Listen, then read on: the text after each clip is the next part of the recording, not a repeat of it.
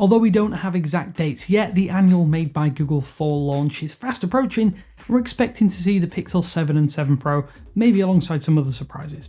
This year, Google is expected to announce and release a refined Pixel 7 lineup that builds upon the solid ground of the Pixel 6 series rebirth last year. With this launch on the horizon, if you want a Google phone, should you buy a Pixel now, or another smartphone, or wait until the Pixel 7 is announced in the next few months? Well, here's why we think you should probably hold on.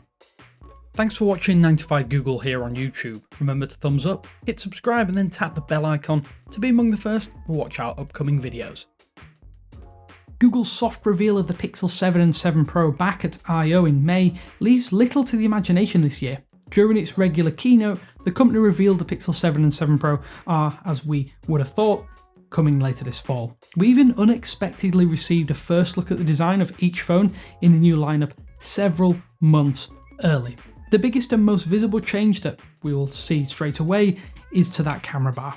Google will ditch the glass look used on the Pixel 6, the 6 Pro, and the recent release 6a for a full aluminium band with cutouts for the camera sensors.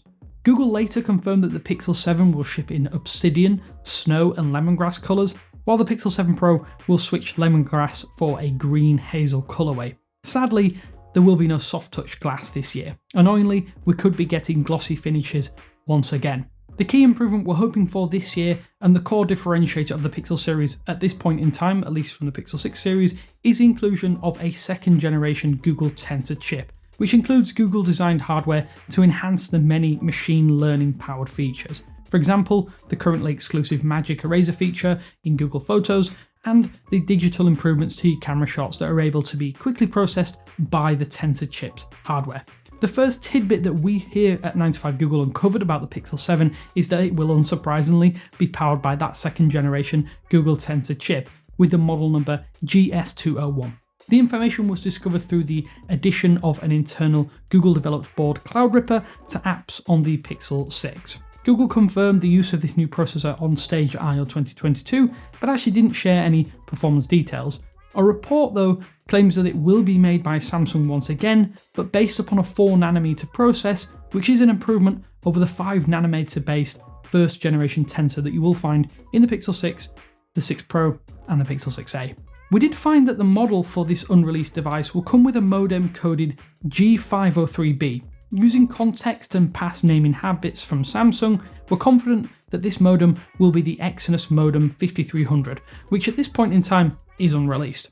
Whether it improves upon the sometimes poor wireless network performance of the Pixel 6 remains to be seen though at this stage. It doesn't look like the displays are getting any updates according to our digging, and the smaller Pixel 7 will feature a 1080 by 2400 display, which is capable of running at 90Hz, while the Pixel 7 Pro will have a 1440 by 3120 pixel display, which can manage a 120Hz refresh rate. If these specs seem familiar, that's because they're identical to what's offered on the Pixel 6 and the 6 Pro, which are currently available. One bonus will be the ability to adjust the display on the Pixel 7 Pro between 1440 and 1080p with a toggle in the settings menu. Hopefully this will improve battery life, but there is barely any variation between the two displays on offer here.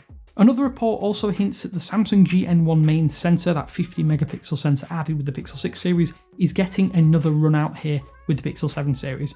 In the camera regards, it might not be worth waiting, at least for the main sensor on the Pixel 7 and 7 Pro if you want higher resolution images. We could though see an IMX 381 ultra wide upgrade and a Samsung GM1 telephoto. Interestingly, the Google Camera app has hinted that the Pixel 7 will include 4K selfie video recording, which is a big step up over the 1080p limit, which is currently in place. Android 13 will come pre-installed on the Pixel 7 series, which will offer minor tuning and quality of life improvements over Android 12. You can already run Android 13 on the Pixel 4 through the Pixel 6a, but there will no doubt be some exclusive features to help sell that new hardware. We'll just have to wait until the Pixel 7 series is unveiled to learn what those key functions might be and if they will be omitted from the currently available Made by Google devices. Sometimes these features do eventually make it to Pixel phones a little later down the line, but we'll have to wait and see just what they've got in store. So that's an overview of our expectations for the Pixel 7 series, and that might seem like a big reason for you to hold on a little bit longer, but some of you out there looking for a new smartphone probably thinking, what about the Pixel 6a? Well, because Google's A series smartphones hit store shelves just a few weeks ago, it might seem like a solid, affordable alternative to the upcoming Pixel 7 and 7 Pro. And this is where you'll need to determine just what you want and need from a cell phone. At $449, we think you're getting a great package with a few caveats. We don't know yet just how much of a leap that second generation Tensor processor will offer over the first generation, and if the jump does happen to be modest, then the Pixel 6a could be considered a steal, as although the Tensor of first gen Tensor is not quite the best chipset in the industry, it will smoke most budget smartphones, at least in the North American market. Sure, the camera itself utilises an aging 12.2 megapixel Sony IMX363 main sensor. That said, on the Pixel 6a it's competent and it's backed by 4 years of Google's expert camera tuning and post-processing. This is another area in which the Pixel 6a manages to oust many affordable Android phones vying for that best budget camera experience. It's definitely up there, even with its aging camera internals. And on top of that, it's worth noting that the Pixel 6a will be sticking around alongside the Pixel 7 and 7 Pro as the entry-level model at least for another year. And this means it's still going to be relevant in a way that the soon-to-be discontinued Pixel 6 series won't be, at least in terms of the sales channels it will be available within. Google is also potentially going to throw a spanner in the works with a mystery high-end Pixel that we actually know very little about at this stage. It looks like, from our information that we've found, it will have identical core dimensions and display specifications to the Pixel 6 Pro and potentially that Pixel 7 Pro, and that does eliminate the Pixel tablet, which has already been detailed at least in a limited capacity. This device, codenamed G10, was, as we mentioned, could throw a spanner in the works and is certainly a reason to consider waiting until the Pixel 7 series is unveiled later this year on stage, as it might potentially be that true out-and-out device, out-and-out flagship Pixel phone that we've been waiting for quite a while. So if you were holding out for something a little bit more powerful, that could be the one that we're all expecting. So you're probably still thinking, even with all that information, should you go out and buy a phone now or wait for the Pixel 7? And somewhat annoyingly, we can't actually give you a definitive answer because it's going to be on a case-by-case basis. However, what we can say is that your personal situation and circumstances will determine that.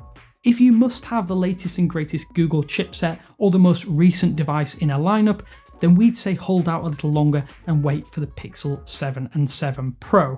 Even though Google did showcase the design and noted some key features, the Mountain View firm didn't offer any information though on what exactly we can expect these phones to come to market, at least beyond fall 2022. Presumably, that will point to Google's usual October release date for the Pixel 7 and 7 Pro. Pricing itself, that's also unclear at this point, but we are expecting it to remain close to that $599 and $899 Pixel 6 series pricing. If your current phone is on its last legs or you're desperate for an upgrade because you're using a really aging device, then in that case, we think the Pixel 6a might offer a nice little reprieve. It's fairly inexpensive, it comes with all of the Android 13 magic that'll no doubt be packed into the Pixel 7 series, and it only came to market recently, so you're not actually buying an older unit, and that makes it a really little interesting outlier. We're definitely expecting Google to discontinue the current gen Pixel 6 and 6 Pro and clear stock of those in the build-up to the Pixel 7 series launch. And if you simply cannot wait for the Pixel 7,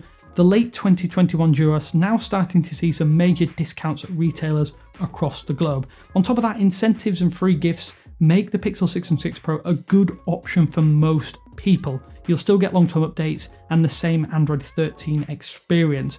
While the Pixel 7 will have upgrades, we believe they're probably going to be modest this time around as Google starts a tick-tock cycle of upgrading year over year. Even so, if you simply do not care, it might be worth waiting for the Pixel 7 to launch. And even on top of that, we would suggest doing so because it's one of the last major Android launches of the year. So now you'll be able to really assess the market. And even if you have no intention upon buying the Pixel 7 or 7 Pro, then you'll learn what upgrades are due. Plus, that itself has an added benefit because you will know what's good, what's bad, what's in between. Pre-order bonuses with the Pixel 7 series are likely to be confirmed at the keynote, and any existing models, like we say, like the Pixel 6, 6 Pro, will come down even further in price as fire sales take place. Realistically, it's a win-win, and it's something we would highly recommend each and every year. Pre-order bonuses are good, but those discounts are even better a little later down the line.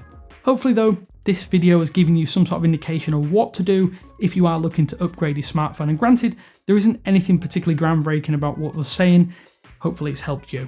Are you waiting for the Pixel 7 series, or have you picked something else up entirely? There's definitely a big wide market of Android phones for you to choose from, especially at this latter end of the year. Let us know though what you've done down in the comment sections below. As always though, this is Damien with 9to5 Google saying thanks for watching, and I will speak to you later.